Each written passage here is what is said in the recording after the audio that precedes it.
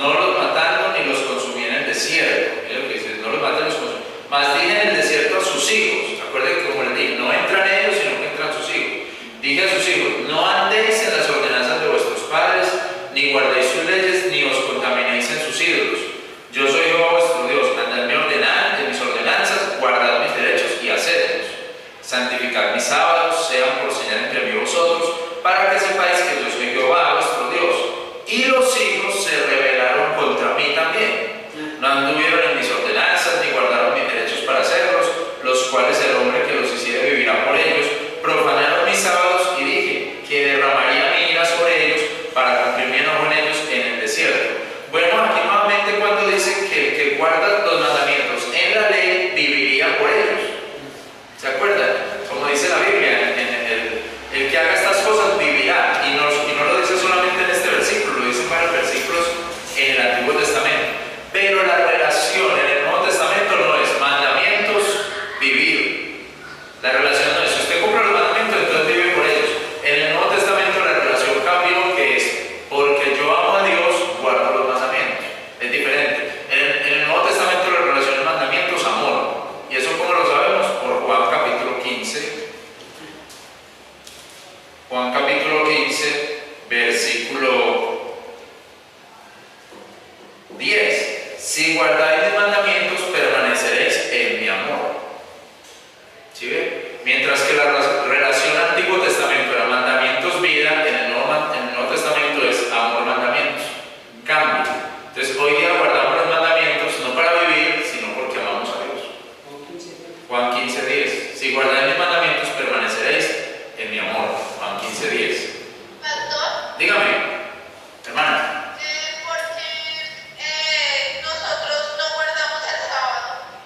No guardamos el sábado porque según el Nuevo Testamento, en Colosenses capítulo 2,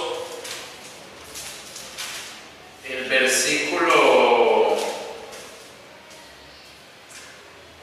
pues desde el versículo 13 en adelante o 12 en adelante está hablando de la obra de Jesucristo en la cruz. El versículo 14 dice, rayando en contra de nosotros la escritura de las ordenanzas que nos era contraria, quitándola de en medio y clavándola en la cruz. Y el versículo 16 dice, por tanto nadie os juzgue en comida o en bebida o en parte de día de fiestas, de luna nueva o de sábados, las cuales cosas son la sombra de lo que estaba por venir, más el cuerpo es de Cristo. Entonces dice que nadie nos puede juzgar si no guardamos los días de fiesta, las lunas nuevas o los sábados.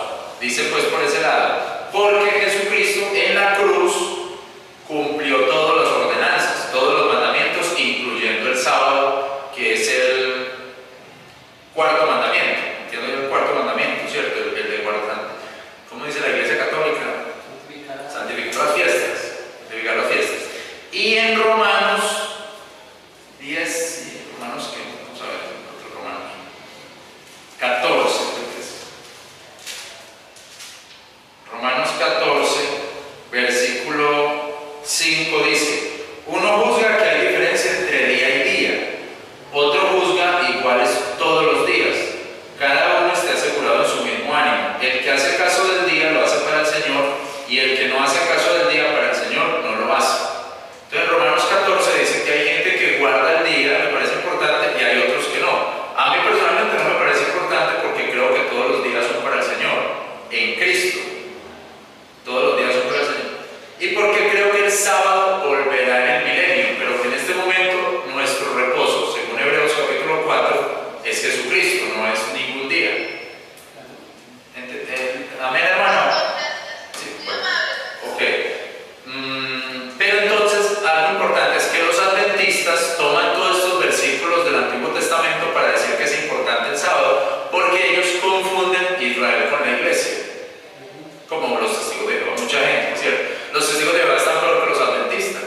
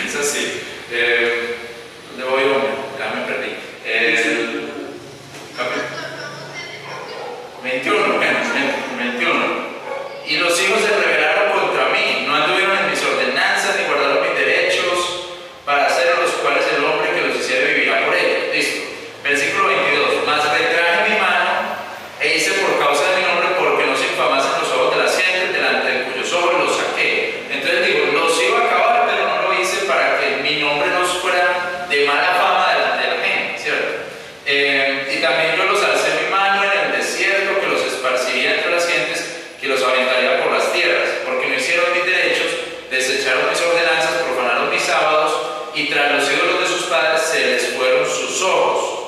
Bueno, entonces Dios prácticamente les dice, no les voy a contestar porque sus padres no lo hicieron así, los hijos tampoco lo hicieron así, y siguieron los ídolos, dice el versículo 31, porque ofreciendo vuestras ofrendas, haciendo pasar vuestros hijos por el fuego, os habéis contaminado con todos vuestros ídolos hasta hoy. Entonces mire que Israel, y vuelvo y digo eso, Israel hizo pasar sus hijos por el fuego, o sea, llevaban a sus hijos, básicamente los primogénitos, y los quemaban en el valle de los hijos de Hinnom, y ahí se los ofrecían a esos dioses, los bebés. Eso es pasar los hijos por el fuego, según la Biblia, ¿cierto? Eso es pasar. Entonces, pasaban los hijos por el fuego, los llevaban al valle de los hijos de Hinnom, los primogénitos los quemaban, como un sacrificio, como quemando una vaca o quemando un animal, pero aquí eran los hijos. Eso es pasar los hijos por el fuego, del cual también yo creo que es diferente a lo que algunos toman para el Halloween, que eso es pasar los hijos por el fuego. Yo creo que es distinto de acuerdo a eso. Y lo que pensasteis no será, porque decís, seamos como las gentes, como las familias de las naciones, sirviendo a la madera y a la piedra. Imagínense cómo Dios le va a contestar a ellos. Ustedes están pensando que hay que servirle a la madera y a la piedra, hacer ídolos de piedra o de madera. ¿Cómo quieren que yo les conteste? Del versículo 40, después del versículo 40, o del versículo 39 mejor, Dios está hablando de que Él va a cambiar eso, de que Él está pensando cambiar eso. Mire el versículo 36. Como litigué con vuestros padres en el desierto de la tierra de Egipto, así litigaré con vosotros, dijo el Señor Jehová. Haceros pasar debajo de la vara, traeros en vínculo de concierto. Apartaré entre vosotros los rebeldes y los que se rebelaron contra mí. De la tierra de sus destierros los sacaré, y a la tierra de Israel no vendrán, y sabéis que yo soy Jehová. Versículo 39. Y vosotros, oh casa de Israel, así dijo el Señor Jehová, andad cada uno tras sus ídolos, servidles, pues que a mí no me obedecéis. No profanéis más mi santo nombre con vuestras ofrendas y con vuestros ídolos. Porque en el monte de mi santidad, en el alto monte de Israel, dijo el Señor Jehová, allí me servirá a mí toda la casa de Israel, toda ella en la tierra. Allí los querré, allí demandaré vuestras ofrendas, las primicias de vuestros dones, con todas vuestras santificaciones. Entonces, del versículo 39 en adelante, está hablando de Dios va a volver a hacer algo allá en esa tierra. Versículo 41, con olor de suavidad os querré. ¿Quién le gusta cuando huele bueno, cierto? Con olor de suavidad os querré. Cuando os hubiere sacado entre los pueblos y os hubiere juntado a las tierras en que estáis esparcidos, y seréis santificados vosotros en los ojos de las gentes. Y sabréis que yo soy Jehová cuando os hubiere metido en la tierra de Israel, en la tierra por la cual alcé mi mano, que la daría a vuestros padres.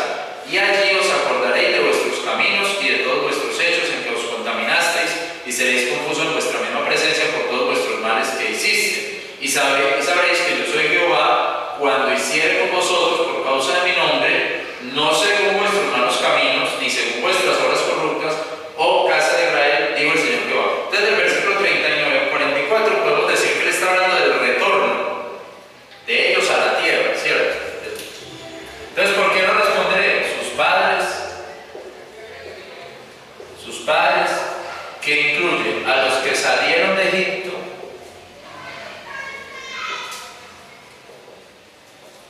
y que incluye a los que salgan, y a los que entraron en la tierra.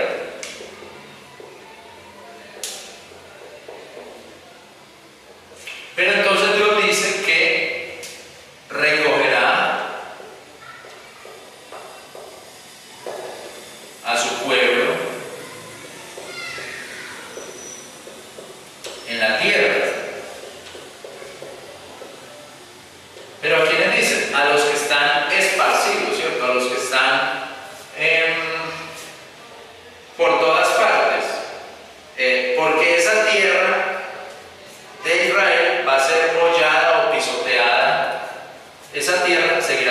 pisoteada por los gentiles, por otros pueblos.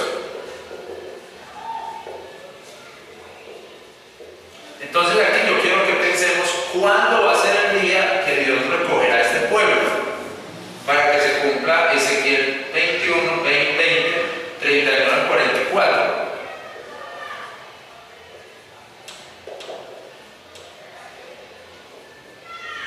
Entonces miremos, leamos Lucas 21, 24.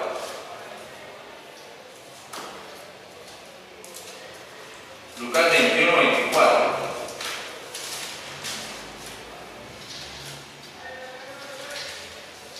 Que dice: y caerán a filo de espada, y serán llevados cautivos por todas las naciones, y Jerusalén será hollada de los gentiles hasta que los tiempos de los gentiles sean cumplidos. Entonces, ¿hasta cuándo esta tierra va a ser pisoteada por los gentiles? Hasta que el tiempo de los gentiles sobre esa tierra sea cumplido. El tiempo de los gentiles sea cumplido. Eso es Lucas 21, 24.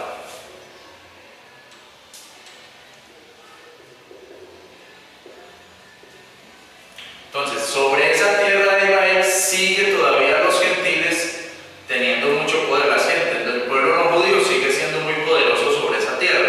Todavía ellos no tienen esa tierra, pero es necesario que se cumpla todo esto. Y este pueblo todavía sigue siendo esparcido, sigue siendo un pueblo esparcido sobre todo el mundo, sobre toda la humanidad, especialmente en Argentina hay muchos judíos, en los Estados Unidos, en Alemania pues creo que todavía hay, tratamos de matarlos a la mayoría, pero en Europa muchos judíos.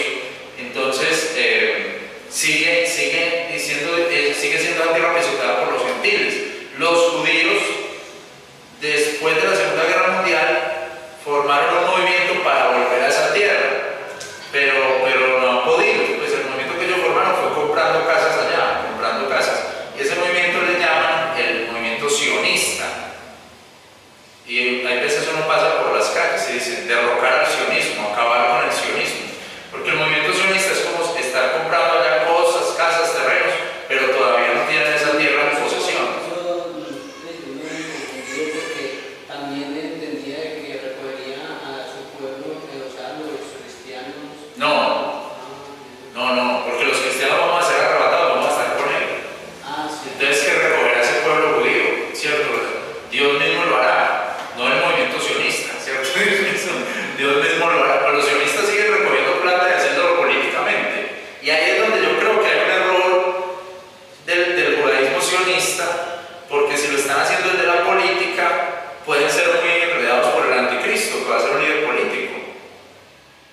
Porque el anticristo les puede prometer la vida y la, ¿cierto? Dicen, en el primer piso pongamos a los islámicos, ustedes estén en el segundo piso. Yo no sé qué se van a inventar para que la tierra le quede a todo el mundo, ¿sí o no?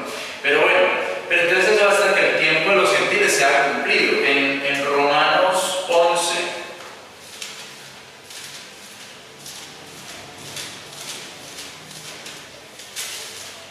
Romanos 11, 25, mire lo que dice tan importante. Porque no quiero, hermanos, que ignoréis este misterio. Mire que eso es un misterio. No quiero, hermanos, que ignoréis este misterio para que no seáis acerca de vosotros mismos arrogantes. Él está hablando con los romanos. Entonces los romanos no eran judíos, eran romanos. Pero él está diciendo, Pablo le está diciendo a los romanos, no sean arrogantes. Les voy a contar algo para que ustedes no sean arrogantes. No se crean los mayores. Y es que el endurecimiento en parte ha acontecido a Israel, no a Roma, no a los cristianos romanos, a Israel hasta tanto que entrase la plenitud de los gentiles. O sea, para este momento en que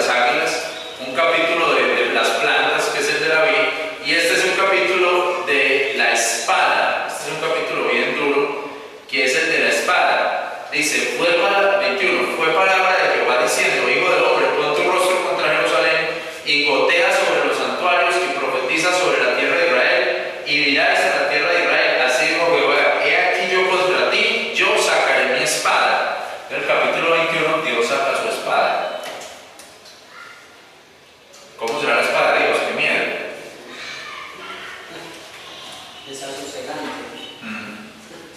Desasosegante. Dios saca su espada. ¿Qué le querrá decir Dios al profeta cuando le dice gotea?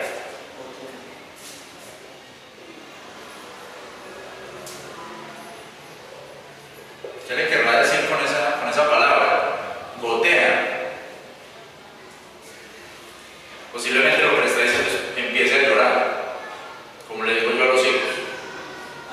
Papá, tal cosa, puede llorar, empieza a llorar. Yo no voy a hacer eso, empieza a llorar, pero gotea, ¿cierto? Es como que empiece a llorar. Sobre los santuarios. Sobre todo lo que va a pasar, porque yo voy a sacar mi espada, ¿cierto? Yo voy a sacar mi espada. Y en el versículo 7, usted puede ver que eso está pasando. Y será que cuando te dijeren, ¿por qué gimes tú? ¿Por qué estás llorando? ¿Por qué gimes tú? Dirás, por la fama que viene, y todo corazón se desleirá, y todas manos se enflaquecerán, y todo espíritu se angustiará, y todas las rodillas irán en aguas. He aquí que viene, y hacerse dijo el Señor Jehová. Entonces les va a pasar lo que le pasa a las mujeres cuando las abrazan, ¿cierto? Se van a derretir, se van a... Vea, todo eso se desleirá. ¿Por qué? Porque viene la espada de Dios, que es muy fuerte. Y ese profeta está llorando, por eso está llorando, por ese asunto.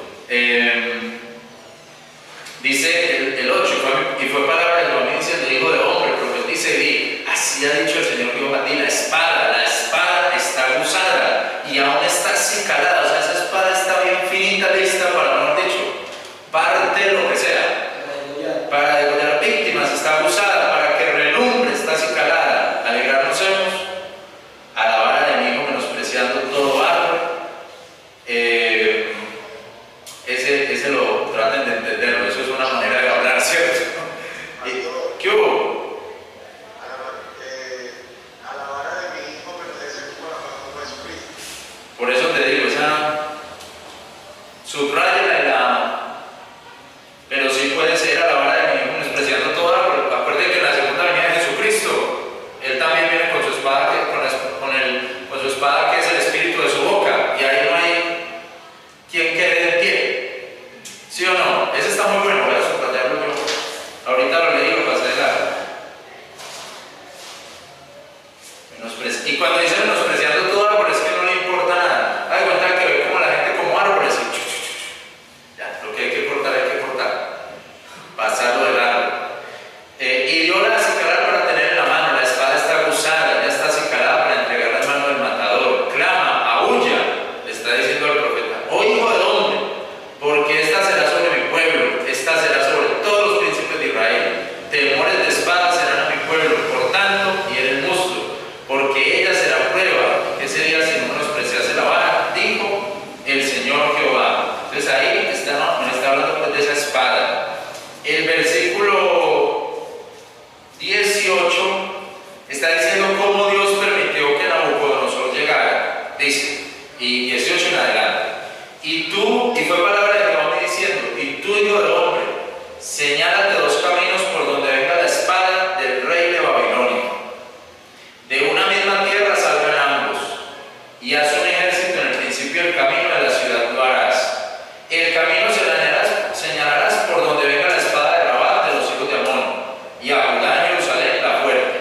Porque el rey de Babilonia se paró en una encrucijada, al principio de dos caminos, para adivinar adivinación, acicaló saetas, consultó en ídolos, miró el hígado. O sea, el rey de Babilonia se paró. Esa es una manera de hablar, ¿cierto? Él como que se paró y dijo, ¿por dónde voy a entrar? ¿Por aquí? ¿Por aquí? ¿Cuál va a ser mi camino? ¿Por la derecha o por la izquierda? Y lo que hace el rey de Babilonia, Nabucodonosor, es adivinar, consultar ídolos, dice mirar el hígado, pues, ¿qué sentía en su cuerpo? La adivinación fue a su mano derecha, sobre Jerusalén. O sea, en la adivinanza le salió la mano derecha. ¿Y cuál fue? Dijo, no voy para este pueblo, no voy para allá. Le salió la mano derecha, ¿y cuál fue? Jerusalén. Para poner capitanes, para abrir boca a la matanza, para levantar la voz en grito, para poner ingenios contra puertas, para fundar baluarte y edificar fuerte. Entonces vemos ahí cómo Dios permitió, eso es una cosa que nos tenemos que preguntar, cómo Dios permitió que a través de las adivinanzas este hombre hiciera su voluntad. ¿Sí entienden? ¿Cómo fue que a través de adivinanzas se pudo hacer, o este hombre hizo lo que Dios quería? Como que coincidieron las cosas. Pero nos tenemos que preguntar, ¿cierto? Tenemos que cuestionar. Hay veces la gente dice, yo fui a tal lugar y me salió todo lo que me dijeron. No, pero es que Dios permite que eso pase.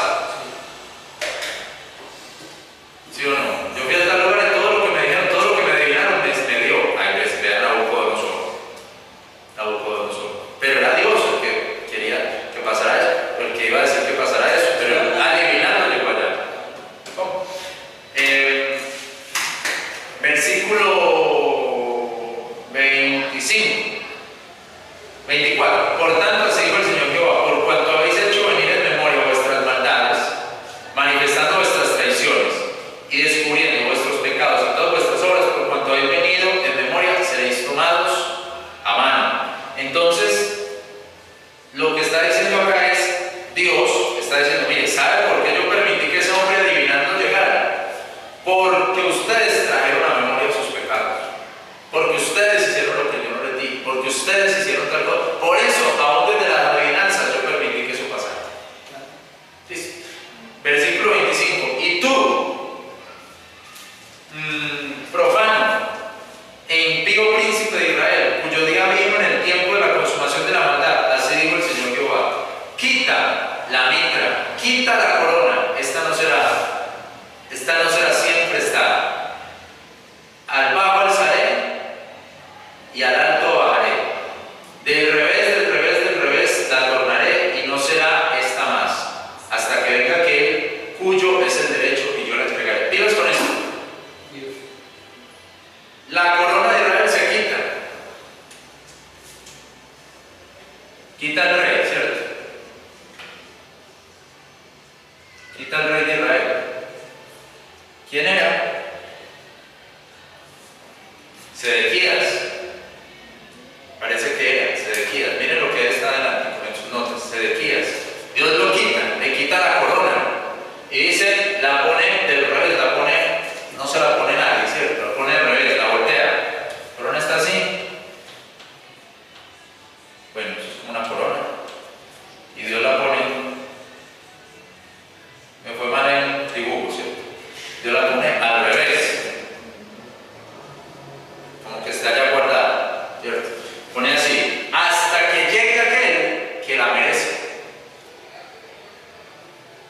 Entonces, ¿por qué yo digo pilas con eso? Porque Dios dice, el reino de David será eterno. Listo, el reino de David será eterno. Nunca faltará nadie en su trono. Pero al día de hoy no hay nadie allá. Esta corona está así. Todavía. El sábado es eterno, pero al día de hoy la iglesia no lo tiene, es espiritual. Este reinado es espiritual, al día de hoy es espiritual también. Porque ¿quién es el que reina? Jesucristo en nuestros corazones. ¿Hasta cuándo? Hasta el tiempo de los gentiles, que ya voltee la corona.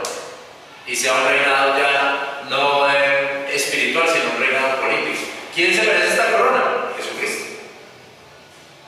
Jesucristo es el que la merece. El Rey de Gloria, el que se sentará en el trono de David, su padre. Amén. Entonces este versículo 27 es un versículo profético para Jesucristo. Hasta que venga aquel cuyo es el derecho, o sea, el derecho de tenerla, y yo la entregaré. Vamos a leer. Pero entonces, en este momento todavía Jesucristo no tiene la corona, así pues ya.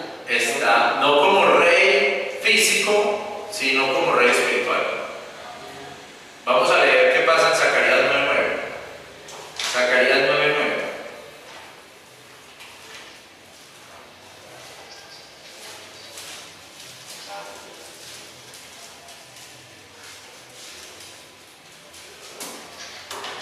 Zacarías 9:9 dice, alégrate mucho, hija de Sión, jubila, hija de Jerusalén, he aquí que tu rey vendrá a ti, justo y salvador, pobre, cabalgando sobre un asno, sobre un pollino hijo de asno. Ese es Jesucristo.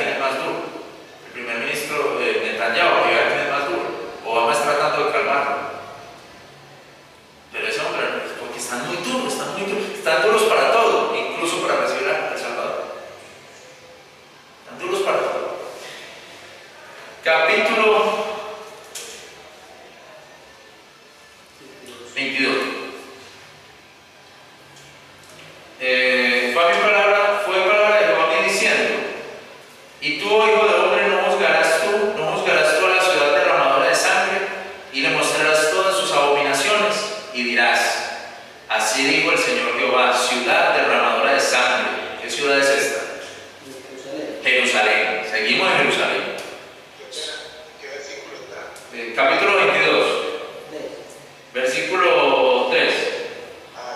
Y dirás, así dijo el Señor Jehová, ciudad derramadora de sangre en medio de sí, para que venga su hora, y que hizo ídolos contra sí misma para contaminarse. Esa ciudad hizo ídolos contra sí misma para contaminarse. En tu sangre que derramaste pecaste, y en tus ídolos que hiciste te contaminaste, y has hecho acercar tus días y has llegado a tus años. Por tanto te he dado en vergüenza a las gentes y en escarnio a todas las tierras. Las que están cerca y las que están lejos de ti se reirán de ti, sucia te llamarán de nombre y grande en quebrantamiento. He aquí que los príncipes de Israel, cada uno según su poder, fueron en ti para derramar sangre. Al padre y a la madre despreciaron en ti, con el extranjero trataron con calumnia en medio de ti, al huérfano y a la viuda despojaron, o sea, no tenían misericordia, no había nada pues con ellos. Mi santuario menospreciaste y mis aguas ensuciaste. Malcine es acusadores. Hubo en ti para derramar sangre, sobre los montes comieron en ti, hicieron suciedades en medio de ti. La desnudez del padre descubrieron en ti, la inmunda del maestro forzaron en ti. Acuérdense que en la ley no podían tener relaciones cuando tenían peligro.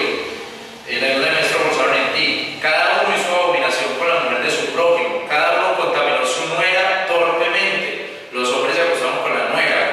¿La nuera cuál es? La esposa de un hijo. El hijo. Cierto, la esposa de un hijo es mi nuera. Entonces, oiga, los hombres se acostaban con la esposa de los hijos. Y cada uno consentía a su hermana, incluso entre hermanos, hija de su padre. Precio recibieron en ti para derramar sangre, usura. Mejor dicho, el capítulo 22 es un capítulo donde Dios le está diciendo por qué está pasando este castigo. ¿Por qué? Idolatría, adulterios, o digamos más bien inmoralidades, violencia, no, mejor dicho, de toda usura, de todo había en ese lugar, en esa ciudad, que se supone que era la ciudad de Dios. Mira el versículo 30.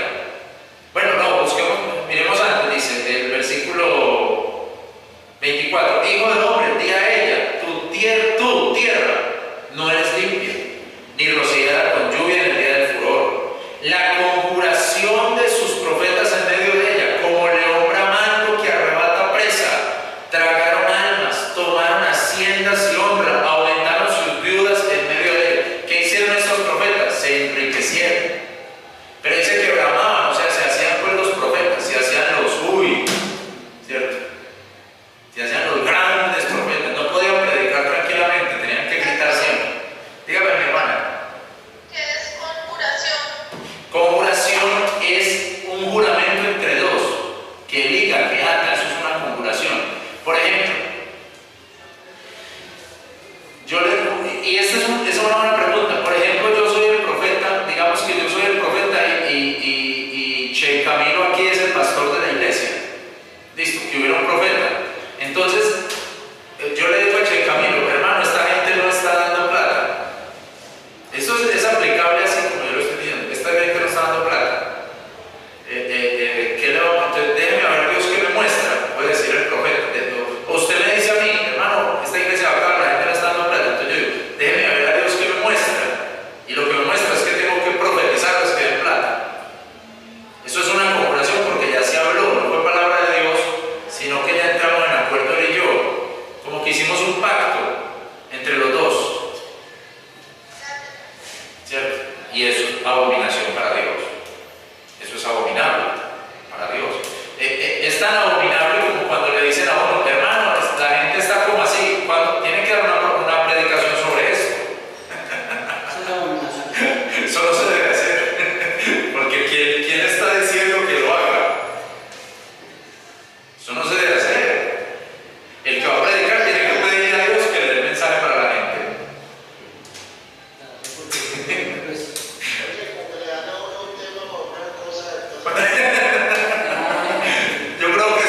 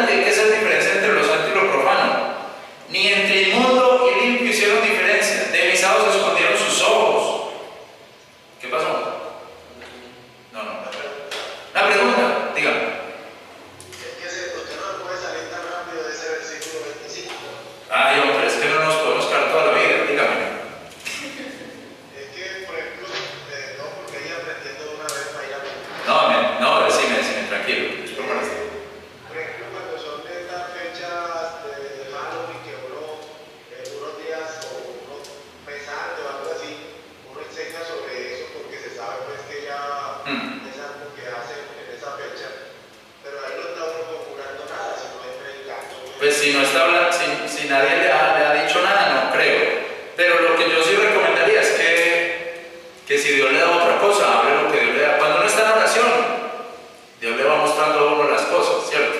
Porque uno puede tener una influencia del ambiente o una influencia de Dios. Porque lo que uno mismo puede pensar humanamente, uno dice, hombre, la gente como que van a celebrar el Halloween. Y uno está ahí, como que esta gente como que van a celebrar el Halloween. Y eso es como uno pensando, pero a lo mejor no lo van a celebrar. Pero uno como que está pensando. Pero puede ser que Dios quiera otra palabra.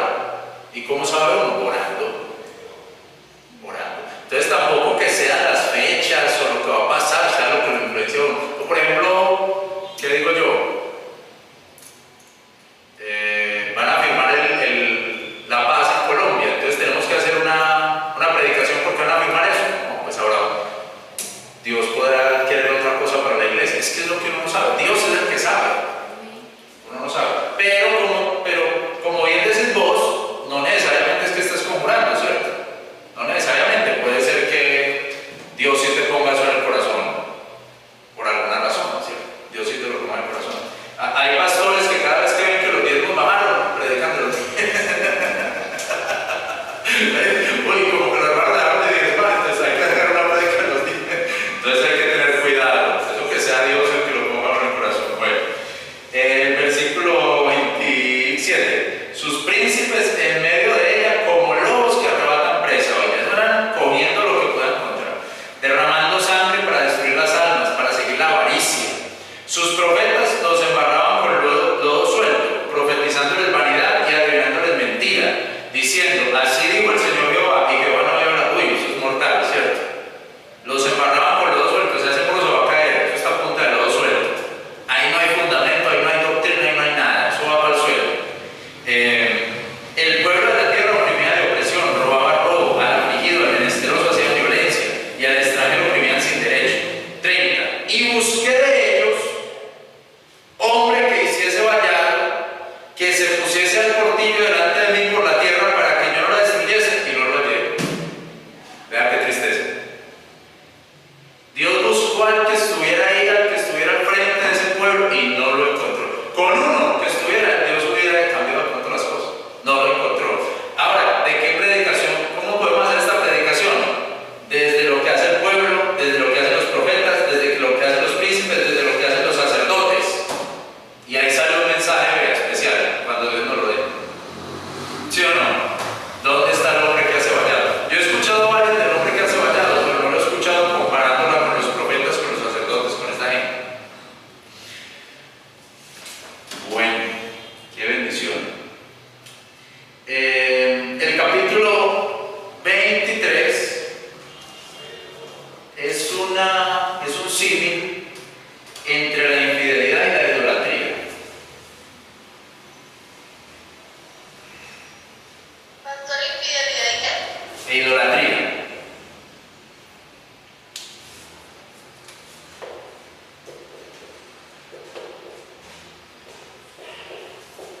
Ya sabemos que no me ha invitado a reclamar para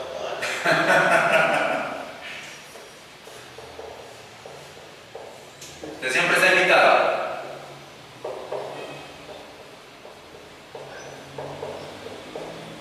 Infidelidad e idolatría.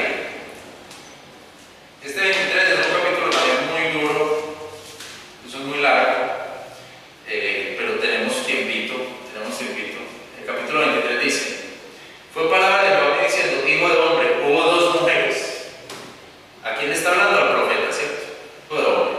Hubo dos mujeres hijas de una madre, las cuales fornicaron en Egipto. En sus mocedades fornicaron. Allí fueron apretados sus pechos y allí estrujados los pechos de su virginidad. Llamábanse a Ola, la mayor, y a Oliva, su hermana, las cuales fueron niñas, parieron hijos, y llamábanse Samaria, ahora y Jerusalén, a Oliva. Entonces, Samaria y Jerusalén.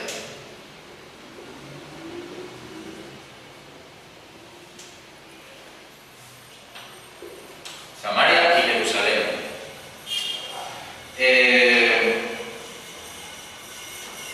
Básicamente, entonces esto sería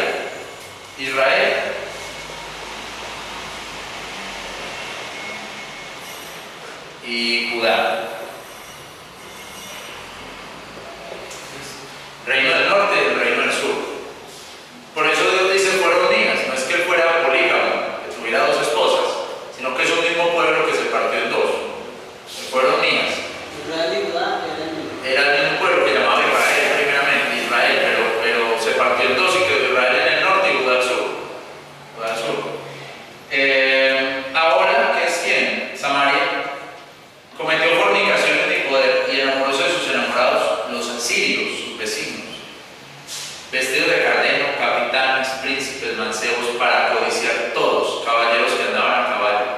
Puso sus fornicaciones con ellos, con todos los más escogidos de los hijos de los asirios, con todos aquellos de quien se enamoró, con todos los ídolos de ellos se contaminó.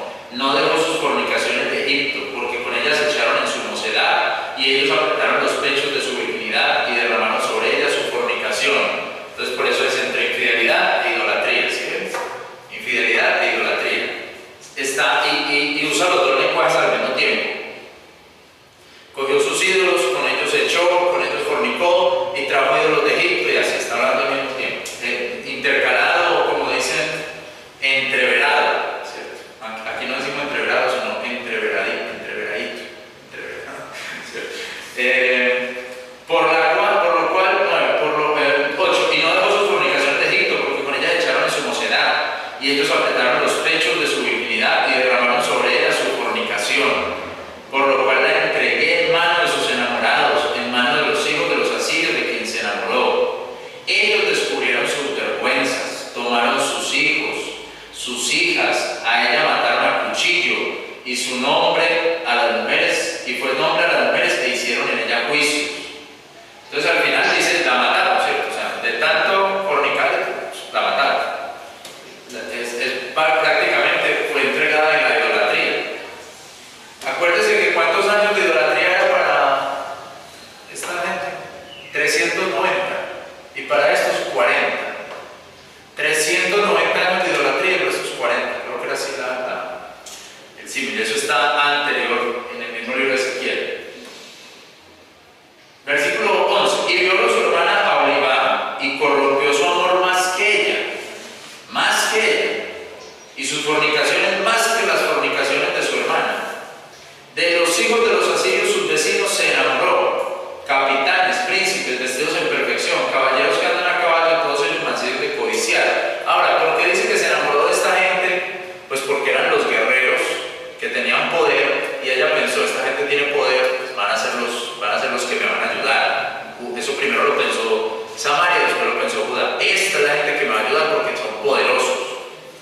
Y vi que se había contaminado, que un camino era el de ambas, y aumentó sus fornicaciones cuando vio unos hombres pintados en la pared, imágenes de los caldeos pintados de bermellón, ceñidos de talabartes por sus lomos, mitras pintadas en sus cabezas. Todos ellos tenían parecer de capitanes a la manera de los hombres de Babilonia, nacidos en tierra de los caldeos, y enamoróse de ellos, viéndolos, y envió el mensajero a la tierra de los caldeos. Entonces los vio un cuadro, vio una pintura. Si hubiera visto una fotografía, hubiera quedado más enamorada. Vio una pintura de esos capitanes, de esos que se enamoró de ellos. Pero creo que está diciendo, estos sí son los que me van a ayudar, estos son los que me van a sacar, estos son los míos, ¿cierto? Y dice Dios, se enamoró de esos hombres, pero viéndoles que el poder, que eran poderosos.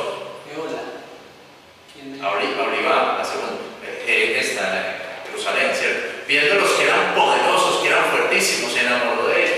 Entonces es un mensaje de Dios en contra de aquellos que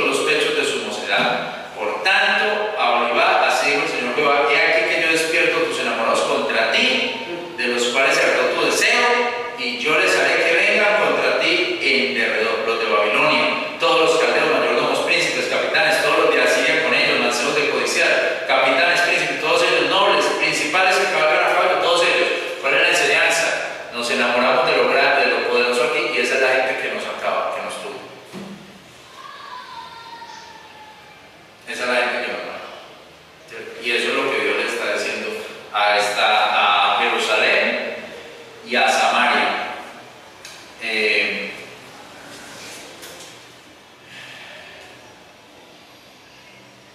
Pero después de que pase eso, entonces Dios, como que por ese lado que tienen que pasar, Dios hace cesar esas cosas.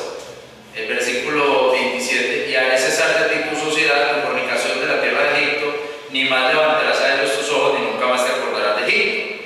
Porque así dijo el Señor Jehová, aquí que yo te entrego en mano de aquellos que tú aborreciste, en mano de aquellos de los cuales se hartó tu deseo, los cuales harán contigo con odio y tomarán todo lo que tú trabajaste, dejarte al desnuda, descubierta, descubrirse a la torpeza de tus fornicaciones, tu suciedad y tus fornicaciones.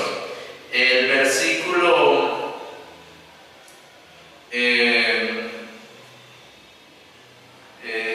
ahí empieza a hablar lo que hicieron pues contra Dios.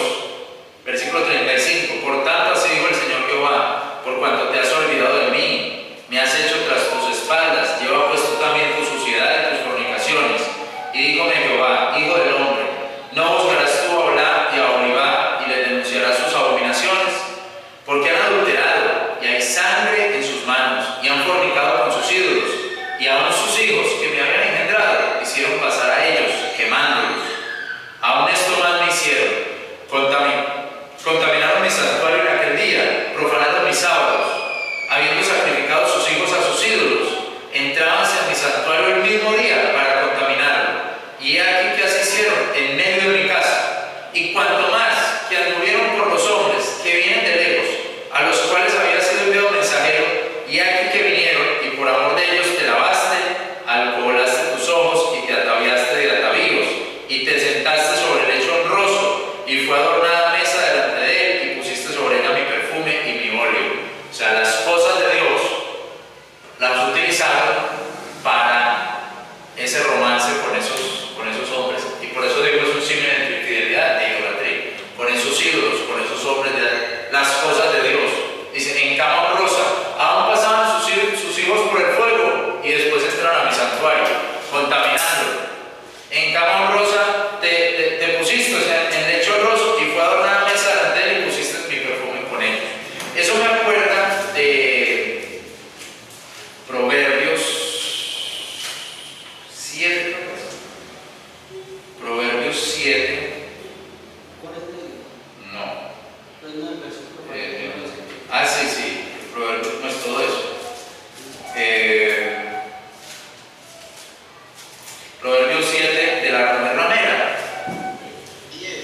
Proverbios 7:10. Y veis aquí una mujer que le sale al encuentro con atavío de ramera, astuta de corazón, alborotadora y restillosa. Sus pies no pueden estar en casa. Ahora de afuera, ahora por las plazas, acechando por todas las encrucijadas. Traba de él, bésale del vergonzoso rostro y le dijo: sacrificios de paz he prometido, hoy he pagado mis votos. O sea, esa mujer había hecho unos sacrificios a Dios, la ramera. Sacrificios de paz he prometido, hoy he pagado mis votos. Por tanto, he salido a encontrarme. Como quien dice, ya hice una oración, hice algo, ya vengo a encontrarme con usted. Por eso es muy delicado el trabajo de un pastor. Porque los pastores a veces se enamoran de las muchachas de la iglesia. ¿Y qué están haciendo? Están haciendo como esta cosa aquí, como esta. ¿Sí me entienden? Están haciendo eso, cogiendo las cosas de Dios, aprovechando de las cosas de Dios y cogiendo para sí, venga para acá. Y los pastores están desenamorándose de las esposas de ellos y enamorándose de las muchachas de la iglesia.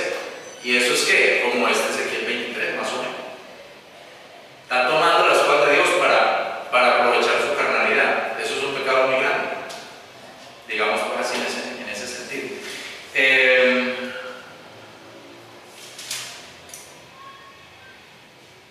Versículo 42. Y oyóse en ella voz de compañía pacífica, y con los varones fueron traídos los sabeos del desierto para multiplicar los hombres.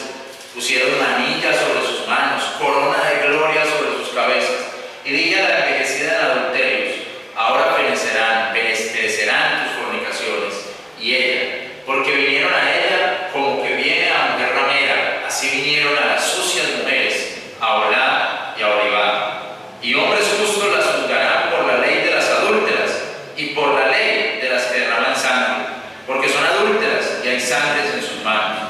Porque así dijo el Señor Jehová: yo haré subir contra ellas compañías, y yo las entregaré en alboroto y en rapiña, y la compañía la apedreará a piedra y a cuchillarlas han con sus espadas, matarán a sus hijos, a sus hijas, sus casas quemarán a fuego, y haré fenecer la suciedad de la tierra, y todas las mujeres se escarmentarán, y no harán según vuestra suciedad, y pondrán sobre vosotras vuestra suciedad, y llevaréis los pecados de vuestros ídolos, y sabréis que yo soy el Señor Jehová. Recuerden que esa última frase, sabréis que yo soy Jehová, es la que más se repite en Ezequiel.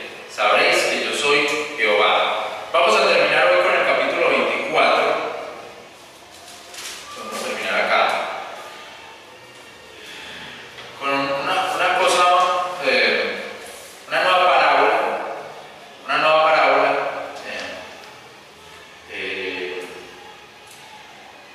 que dice el versículo 3: y habla a la casa de rebelión por parábola, y diles, una parábola muy cruel, la parábola de la olla. Bueno, hasta ahora las cosas van siendo muy crueles.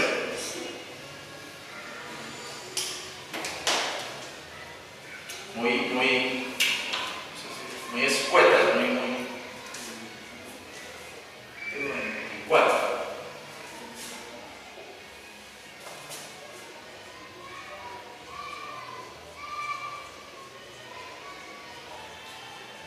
Parábola de la olla.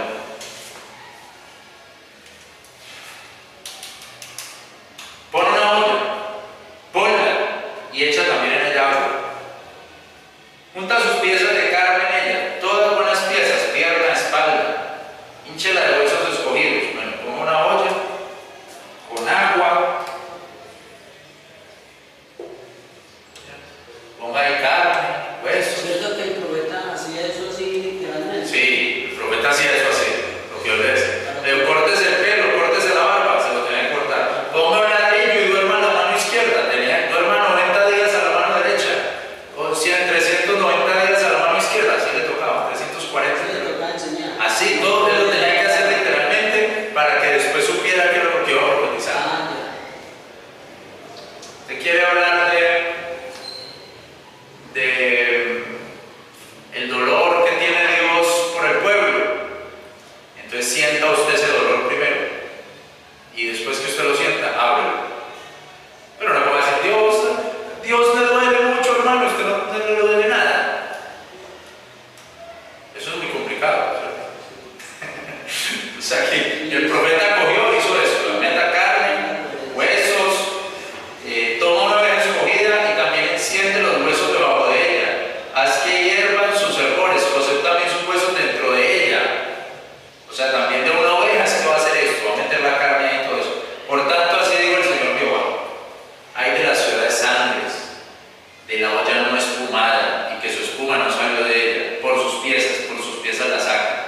No caiga sobre ella suerte, porque su sangre fue en medio de ella, sobre la cima de la piedra la puso, no la derramó sobre la tierra, para que fuese cubierta con polvo, para hacer subir la ira, para hacer venganza. Yo puse su sangre sobre el lugar alto de la piedra, porque no sea cubierta. Por tanto, así dijo el Señor Jehová: ay de las ciudades santas. También yo pues haré gran hoguera, multiplicando la leña, encendiendo el fuego, consumiendo la carne y haciendo la salsa, y los huesos serán quemados. Es como quien dice que lo que hay aquí es la ciudad, Jerusalén, y aquí está el fuego. Aquí está el fuego. Y cuando él está viendo todo eso y que sube la espuma, usted ve que cuando sube hierro, sube con una espuma, y que sube la espuma, entonces, vea, esto es lo que va a pasar con este pueblo. Yo lo estoy prendiendo así hasta que suba la espuma.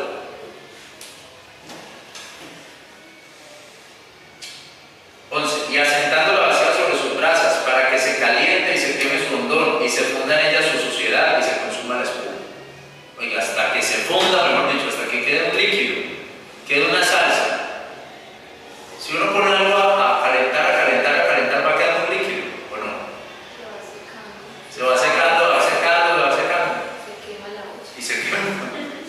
Dice: en fraude se cansó, el 12, en fraude se cansó, ni nunca salió de ella su mucha espuma, en fuego será consumida su espuma.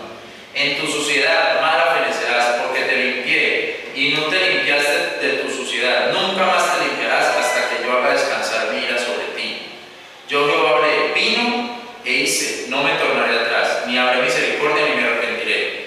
tus caminos y tus obras te